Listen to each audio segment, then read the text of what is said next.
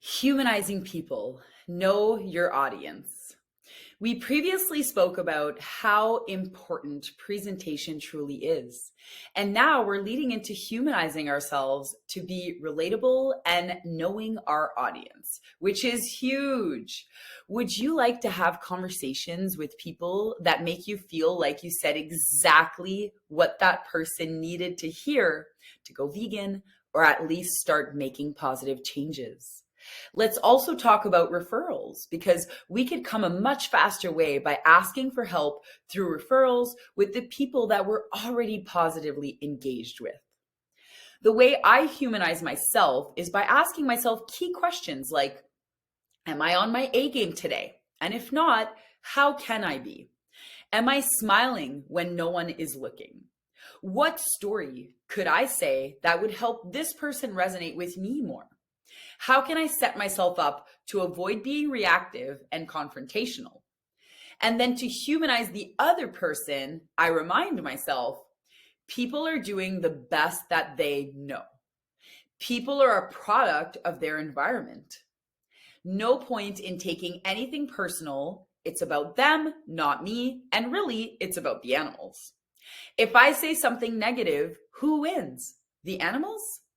I need to listen to what they mean and what they're saying underneath the words that they're using.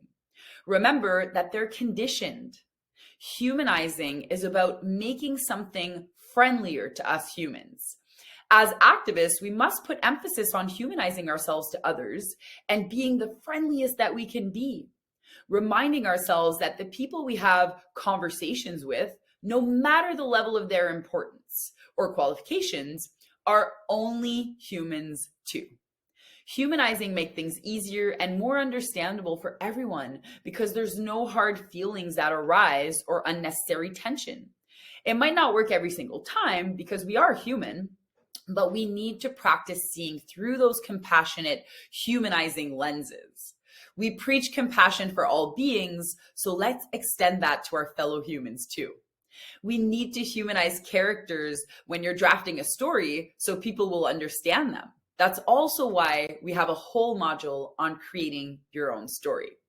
Because the more stories you have for people to relate to, the easier it is to close conversations positively, to persuade others positively, to help them conclude that they don't need to continue the cycle, that they can break it and welcome peace instead of hate or sadness.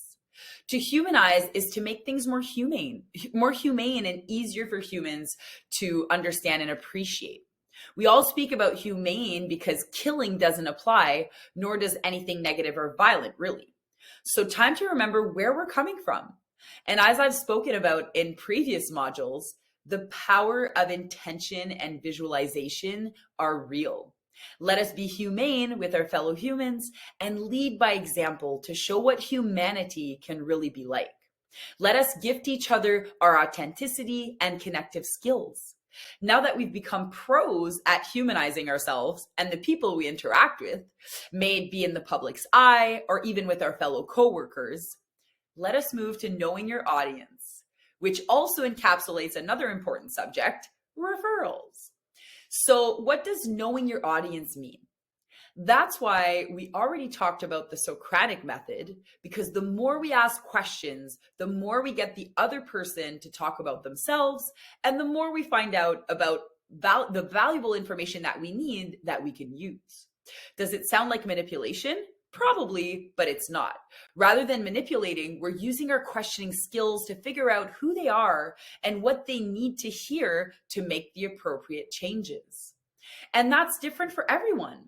That's why you must get comfortable at asking questions. Some people want to hear about the environment. Some people need to hear about the plight of the animals, and others want to hear about what's in it for themselves and their own health. People love talking about themselves for the most part. And the more information you collect by asking the right questions, the more you get the whole picture from them. Apart from figuring out how to connect with them, ask yourself, are they someone that seem like they could help the movement? If so, what kind of skills do they already have? And would they be willing to use them? What information could I give them right now to impact them the most? Is this person worth my time? If so, how can I exchange contacts with this person so I could follow up with them afterwards? And that's on the next module. And now enters the referrals. If this person we just interacted with is not really of help beyond taking action, like signing the PBT, who do they know that can help us more? Think about this for a second. You're already in a conversation with the person. The hardest part is done. So why not be as effective as possible and pick their brain about other people that they know that could be an asset? We do love to make other people's lives more wonderful. Asking for help is motivating to the other person. We just need to learn to do it more often and be okay with it. Understanding the foundation of human psychology. So if they're super keen already, even better, let's keep digging. Who can they think of that they could refer us to that would be happy about it because they're potentially already involved somewhere in a similar movement? Are they connected to any politicians or counselors, the mayor? Who are their family? What kind of work do their parents or siblings have? Friends? Do they have kids? Do they know anyone who works in schools? Maybe teachers that are already vegan? What is their community like? Do they know business owners that think like us? Who can they put us in touch with right away? Can they do an introductory email on the spot for us and introduce us to that person? So we start by asking a bunch of questions, Socratic method style, to dig deeper and deeper as we get to know them briefly, as much about them as possible. Then we suggest they act on behalf of themselves, for the animals, or for our planet, or for their health, with a specific call for action. And then we could dig even deeper to find out who they know that can help us too. That sounds to me like the key conversation we want to have with everyone to reach our goals much faster. So let us move to the next module that includes closing a conversation and commit to a call to action and following up.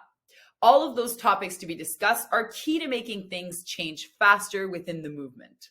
So on to the next. Mwah.